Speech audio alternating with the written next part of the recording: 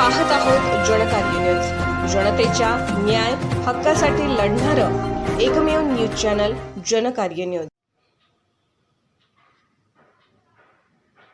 रामनगरमधील वाढणाऱ्या दुर्गंधीसाठी आहे का कोणवाले?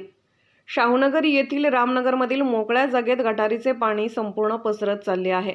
अंडरग्राऊंड केलेल्या गटारीकडे कुठल्याही अधिकारी किंवा नगरसेवक अथवा आमदार यांचे कोणतेही लक्ष नसल्याचे दिसून येत आहे।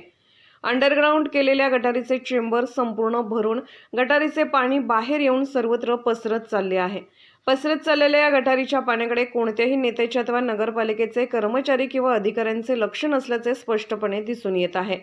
निवडणुकीच्या वेळी सर्वांना ओळख दाखवायची व नंतर दुर्लक्ष करायचं अशी परिस्थिती निर्माण झालेली आहे। रामनगर येथील पसरत चाललेली दुर्गंधी ही योग्य आहे का? या दुर्गंधीमुळे व पसरत चाललेल्या गटारीच्या पाण्यामुळे आजारपण वाढेल का? आजारपण वाढल्यास जबाबदार कोण याच्याकडे कोणाचेही लक्ष नाही। निवडणुकीच्या वेळी सर्व भागात कामे झाली आहेत का नाही हे याची पाहणी केली जाते, परंतु निवडणूक झाली की तोंडावरून हात पुसणे असा प्रकार घडत आहे। प्रत्येक वेळी नागरिकांना सांगायचे व आठवण करून द्यायची का अशी परिस्थिती निर्माण झालेली आहे। अशा परिस्थितीवर कोणाची जबाबदारी आहे की नाही?